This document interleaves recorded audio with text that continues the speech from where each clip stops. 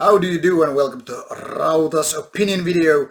I'm pretty sure that today's video will actually get some unwanted attention. Also debate, also people crying, bitching, making cringy comments and all that stuff, because this is not an easy topic for all of us. Especially I'm going to point out some things which might not be to your liking, but try to behave like a common man, and if you need to, take some whiskey. Today's whiskey is provided by yours truly. It's called Buchanan's Deluxe, some blended Scotch whiskey. I don't know what I was thinking when buying this from Mexico in Puerto Vallarta airport, but I guess it was that I was very busy. Now, let's get to the topic at hand. Lords of Chaos movie is coming soon in the theaters near you. That is probably in February, depending where you live. Might be later, might be March. But anyhow, it's coming, and the trailers are already out, and lots of talk about this movie. Trailer is already out. People have been calling this movie total crap without even seeing it. So lots of prejudice, especially among the black metal scenery people. Well, me included, I guess. And what I've been seeing is that people are ready to judge this movie as total crap for many reasons. But let's first start with the trailer itself. If you haven't seen it, there's a link below. Take a look. Pay as much attention as into the details you need to, or just have a general idea what's going on. And then feel free to form your opinion and get back to this video. I'm more than eager to hear what are you saying and what are your thoughts about this trailer. It's not much, it's 2 minutes. It's barely just giving you glimpses of this and that, what this movie is all about basically. On the back you can see pretty much the promotional poster of the movie. It's not very closely zoomed, as you can see, but there's this burning church, obviously, Lords of Chaos logo, which then again is very much created in the vein of, well, black metal bands. A true story reads below, and on the top it says Jonas Åkerlund Finland. He's, by the way, the drummer of Bathory, so kind of a fitting choice to direct a movie which is about black metal, and especially a second wave black metal bands, or more than that, actually individuals. But now I need a little sip before to get this thing going. So people who don't know what this movie is all about and who are not eager to check out the trailer, when probably watching the wrong video in the first place. But let me tell you this much. It's not a black metal documentary. That's the first thing people need to know and understand. It's not a documentary movie. It's also not about black metal as whole. It's not about Norwegian black metal as whole. It's actually about a few individual, well, key people in Norwegian black metal scenery in early 1990s. Mainly about Euronymous of Mayhem fame. Also Varg Vikernes of Burzum fame, and then other people such as now dead obviously, of Mayhem as well, and then people, you know, around them, surrounding those. There are lots of other key people as well, but I think those three are the main characters that we need to have here.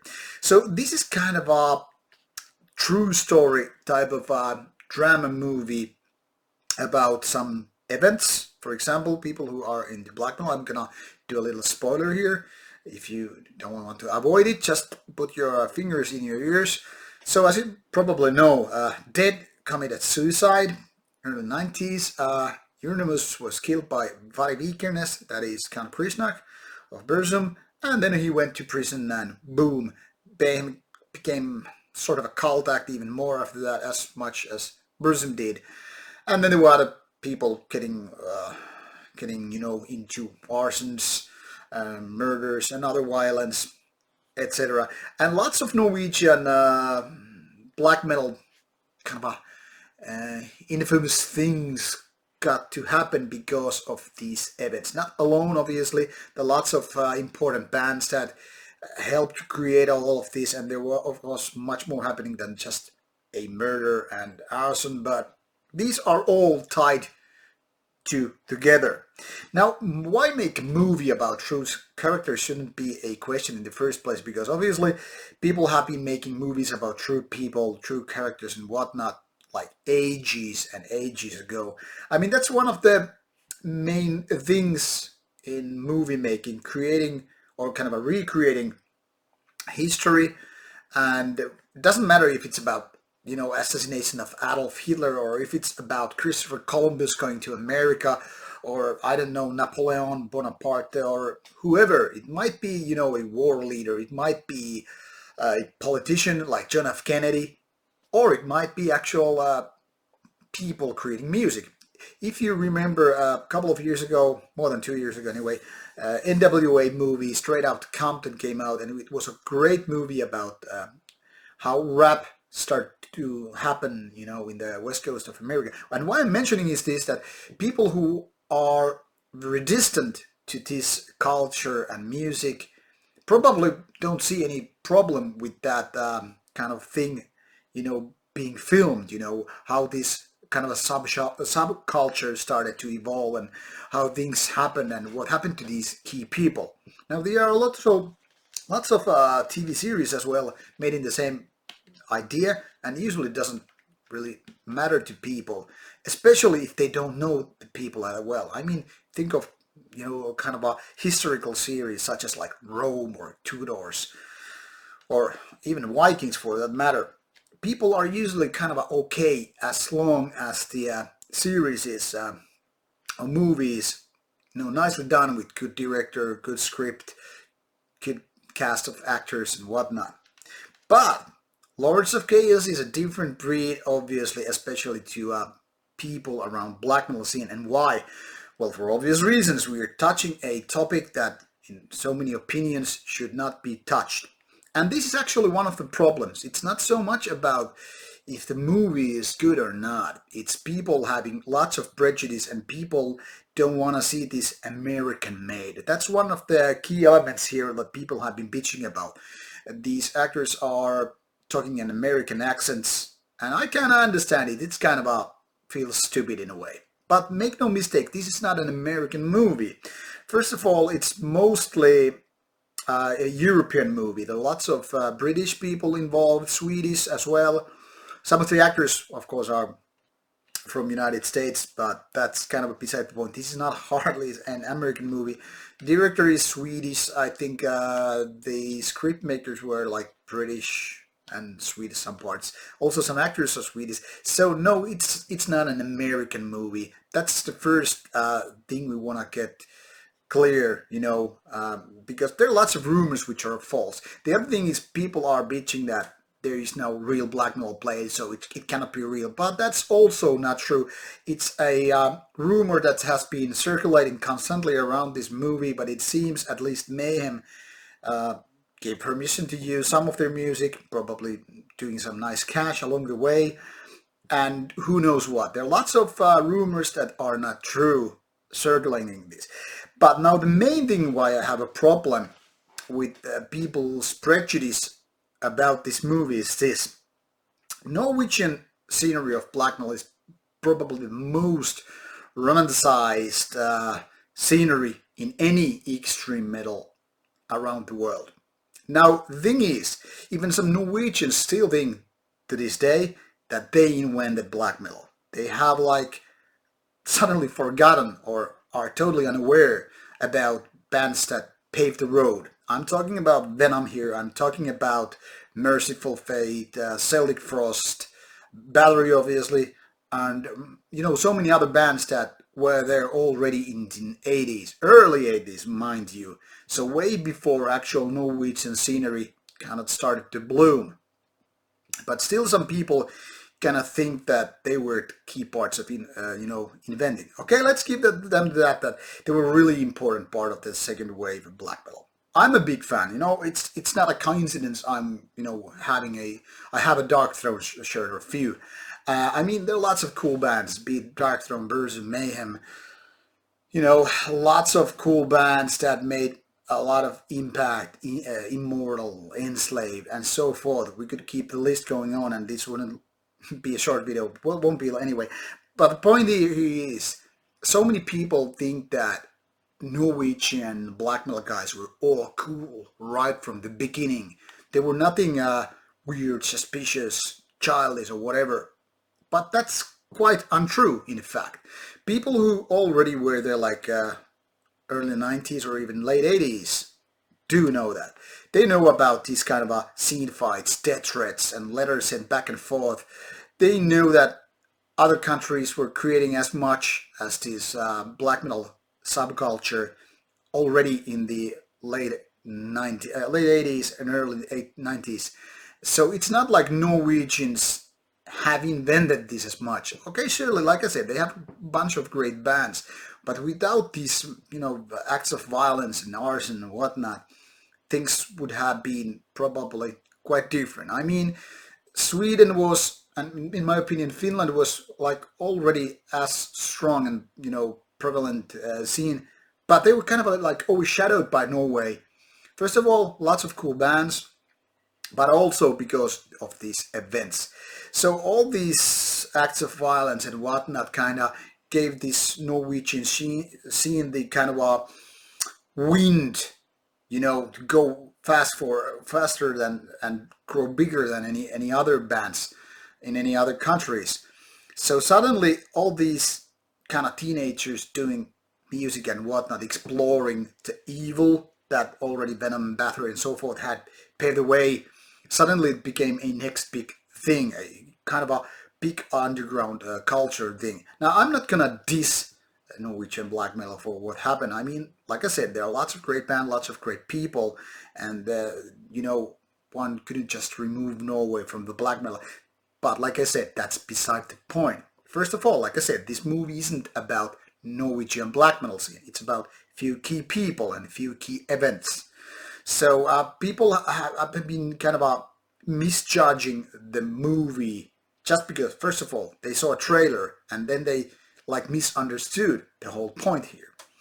And like I said, this is about these few people, the kind of a more interesting parts. It's kind of a cherry picking in a way of of this whole black metal scenery. This could be about other people and it could be still interesting. I mean, we could be doing stuff about, like, I don't know, Jan Nedved of Disheksen or whatever. I mean, it's just like there happened so much in Norway in a kind of relative short amount of time.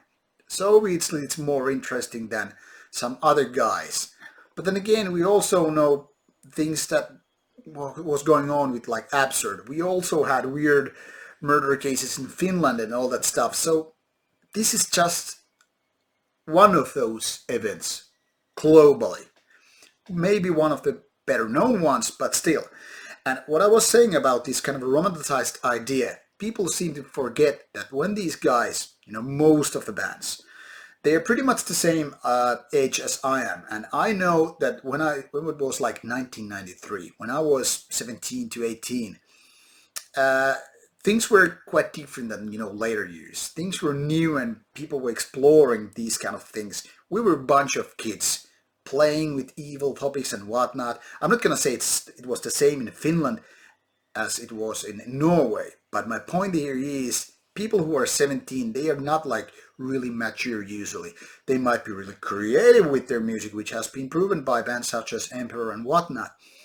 But the thing is, it's still mostly guys in their teens creating kind of a mischievous, drinking beer, getting interested in girls and whatnot. So basically this movie is what people have been saying. It's a teenage movie with guys and girls who were into black metal. Then there was romances and they were kissing, there were jealousy, there were money problems, there were being a true and poser and all that stuff.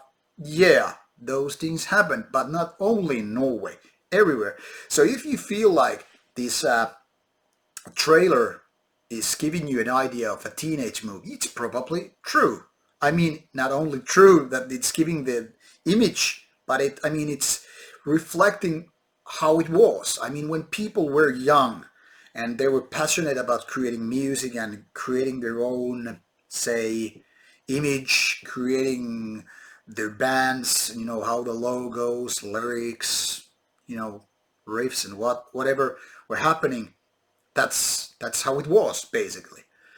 And now I wasn't there already like in 1992 in Norway, so I cannot say I know it firsthand. Probably a lot of Norwegians do, but like I said, Norwegians are so proud of their cultural impact what black metal had, especially this second wave thing. It's not like they're gonna just write it there and like, okay, we're gonna give you the truth. They want to have this image partly because they are proud of it, and partly it would be kind of embarrassing to see it in a different light.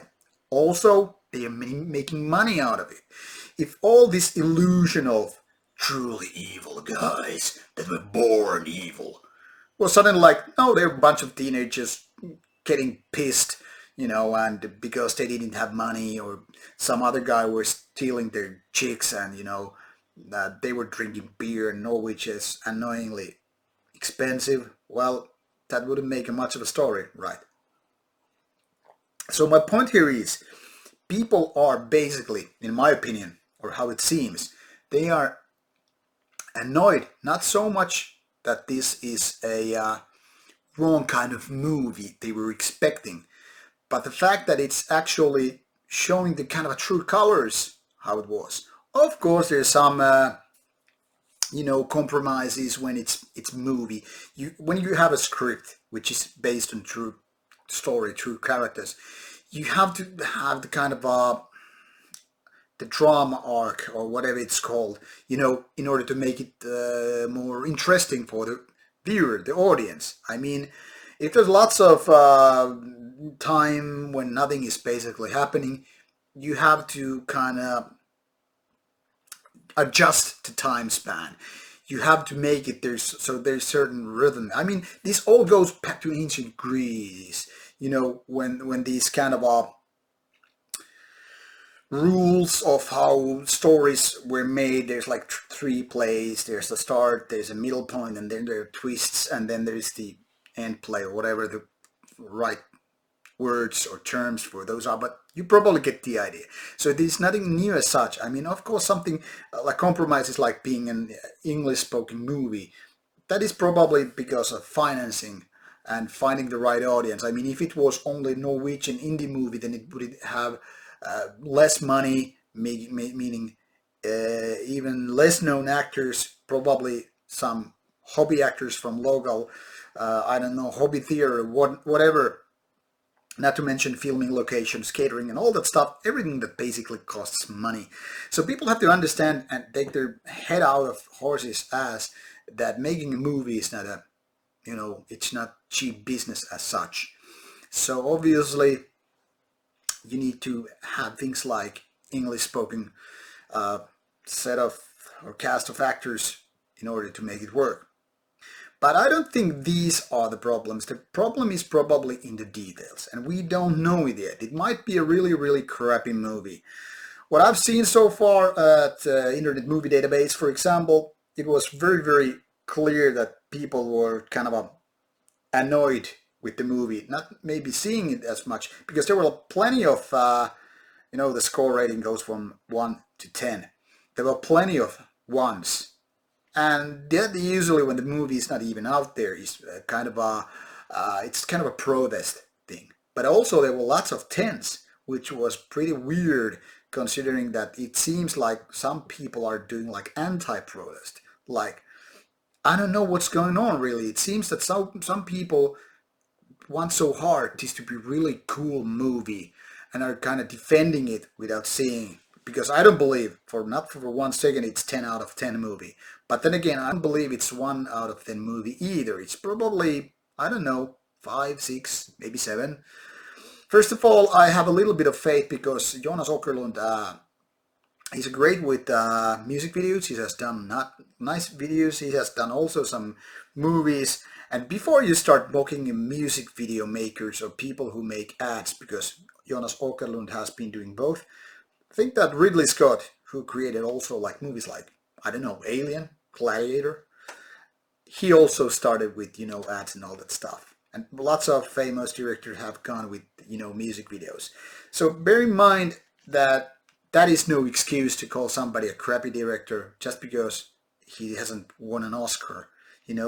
Doesn't mean he's a crappy actor. I think he's actually director. Sorry, I think actually it's a brave move for him to do this kind of thing. And I think he's a way better candidate for directing a movie with such a topic rather than, I don't know, some more Hollywood name, because at least he has been there. He has some level of understanding, and based what I've seen of his director works, check out some Rammstein videos, for example, the one that starts with Pussy.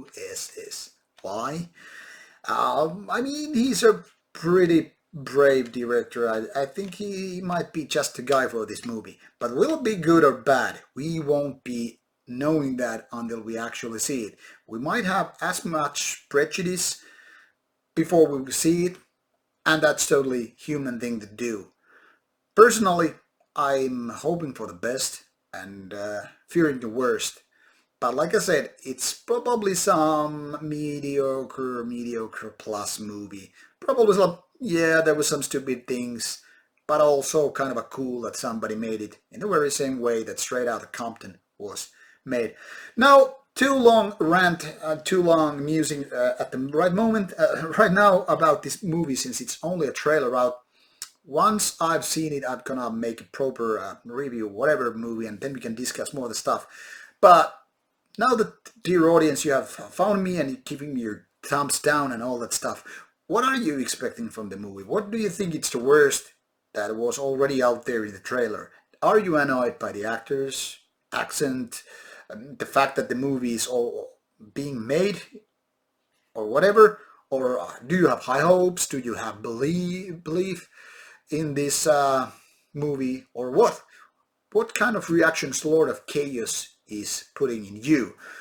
Get back to me, and I'll be happy to get to your comments, and let's see if there's a point in making part 2 of this thing. If not, well, take care, watch the movie, and once again, have some good whiskey and keep your socks on. See ya.